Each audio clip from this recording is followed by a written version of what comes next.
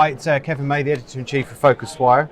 Thank you for joining us in the PhocusWire studio. Christina Heggie, you're the Investment Principal at JetBlue Technology Ventures, and your colleague, Raj Singh, you're the Managing Director of the organisation. So, I think what you guys have been doing is fairly interesting. You're not alone, other airlines have been doing it, but yours is a particularly unique one. Before we get into what you do, we're here at the Phocuswright Conference. A lot of it is around innovation and startups and new technology. Is there anything that you've seen this week? We'll start with you first, Raj, that's kind of excited you, that you've gone, oh, that's quite interesting, or is it kind of more of the same, or?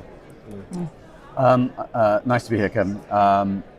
Actually, more of the same, but I'm not thinking that that's a bad thing. Okay. So what one often sees is people talking about these great innovative ideas, and then a couple of years later, they sink without trace. Mm-hmm. So sometimes it's actually quite pleasant to see people coming back with the messages reinforced and some progress made. So this year at least, it's been interesting to me to see that people in our space, in aviation, but then particularly in sectors like tours and attractions, where people have gone the step further. There are more people in the field, they're doing more interesting things. So it's been pleasantly positive to see the follow through. Well, just give us an example of what you said right at the beginning there. Give us an example of something that you did see that just kind of never came back. It was a flash in the pan, as we would say at home.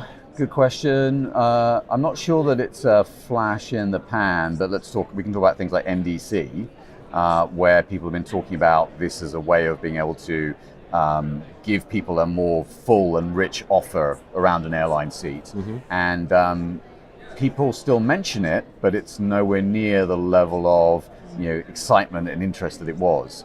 Not to say that it won't one day eventually be something interesting, but I don't see the same level of interest as there was. Okay. Whereas in some of the other areas, around, let's say, the hotel industry and how the hotel industry is dealing with occupancy, those things continue to be interesting. Okay, right. So Christina, over to you. So JetBlue Technology Ventures, why was it created, first of all? Yeah, it was in no small part because the airline was looking to continue to further its story of innovation. It was, JetBlue started as the hip young startup airline. We're now 18 years old and 22,000 employees. So you're getting old. We're becoming the next stage of our Yeah. innovation, and I think pushing that boundary, and JetBlue Ventures is part of that innovation story, and in no small part looking to help the airline as well, in part see beyond the horizon, as we so to speak. So our formal mission is to partner with and invest in early stage travel companies that are at the intersection of technology and airlines, hospitality, et cetera. So we look at really the whole scope. So it's not just airline related things? No, because if you think of us as a traveler, we're the same traveler, whether we're in a car rental or a hotel or an airline. And so how do we change that journey throughout the entire? Okay. And on a scale of 1 to 10, would you say the journey so far has been 10 amazingly successful or 1 absolutely disastrous? Our journey is JetBlue Ventures? Yeah. I'd put us probably at, I think, a 7 or an 8. And I think that's, to me, it's been absolutely phenomenal setting this up for the past 2.5 years. It's a very new space within the airline industry, and it's really pushing boundaries in an industry that's not known for really breaking through things. But there's always room for more, and so that's what we're also reflecting on too, to see what's next for. Okay, so that was kind of my next question in a way. Raj, the airline industry is not known for taking risks. Not least because it's a heavily regulated industry, but when it comes to stuff like new technology and startups and things like that, where you have to take risks, right? The two worlds don't really meet in some respects culturally. The worlds collide. So airlines pride themselves on their safety culture, and that's obviously a great thing. What we're thinking about is how do we add innovation around the edges of that, so we're not imperiling that mission, but what we are saying is that if it's the latest and greatest accounting system, that doesn't necessarily have to be held to quite that same standard. So you're right, airlines are a very traditional kind of institution, but what we're seeing is that despite the regulatory burden, people like Airbnb and Uber have kind of given startups permission to be a bit more aggressive and a bit more innovative in this space. And so when they saw those guys be successful, they've said to themselves, you know what, despite the regulatory overhead, we can do something here. So I think we are taking advantage of that in the sense of we can capitalize on this explosion of very interesting ideas. Some of them from people who are sort of deeply steeped in the industry, but a lot of them from people who wouldn't have come to travel beforehand. So it's been actually really positive. And to Christina's point about the mission, I think it's too early to say. We've only been around just about 3 years, and the venture model takes a long time. But if you look at it from the wider scope of what would have been our alternatives, to do nothing, to focus only on our internal innovation, or to go on an M&A spree, I think that this is actually a really interesting thing to do because it has some of the good points of all of those things and avoids some of the downsides. Is it just cheaper to do it this way rather than, as you say, go on an M&A spree? I think it is, because a lot of M&A doesn't work out. It does tend to be quite highly valued, and you make the transaction, then you've got to make it work. In our circumstance, what we're thinking about is how can we build options for the airline, so that going forward, as the world changes, we will have an understanding and a foot in the camp of the way that the world is moving. So we don't spend billions and billions of dollars doing that, so it's not so expensive. But what we do is inform ourselves as to how things are changing, and if it does go that particular way, we have an option. Okay. And Christina, some would say the aviation industry is full of pain points, not least in the airports, arguably. What do you think, though, and maybe it's from a JetBlue Ventures perspective or your own personal perspective, is perhaps the biggest pain point that needs to be solved and you find a startup that can help you? Well, if you think about it now, it's kind of incredible walking through the customer journey. I mean, our personal trip, maybe here, our last journey. I always ask this question when I give a speech: was that last one a seamless journey? Was it painless? Did you feel comfortable? And you get maybe one or two hands if you're really lucky. And I think one of the biggest aspects is really almost an element of control, right? If that's what you're thinking about, what the customer is feeling, they often feel helpless, like they don't have any control.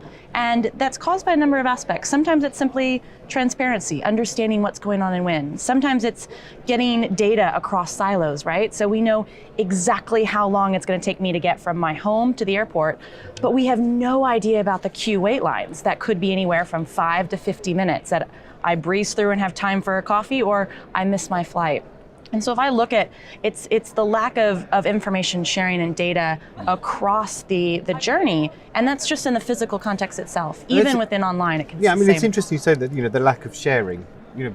Airports, airlines, and other elements of the industry aren't known for their kind of free and ease with which they do collaborate and share data. Right. So that's not a problem that startups can solve. That's a cultural and an industry issue. Right?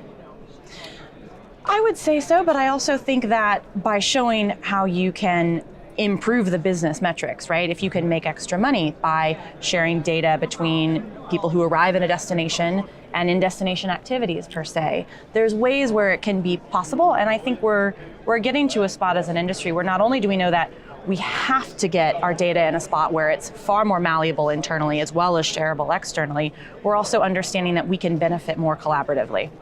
Yeah, and to Christina's point, Christina's done a lot of work with ACI, the Airports Council International. I've done some work with AAAE, the Association of American Airline Executives. And so we are reaching out, and I think people view, yes, there's a cultural issue, but what actually people are seeing now is that it makes sense to collaborate at some level. So it's happening slowly. Yeah. Okay. And so often that happens when you have everyone in the same room. And I think airports are one of my favorite examples because they're one of the gnarliest problems or challenges.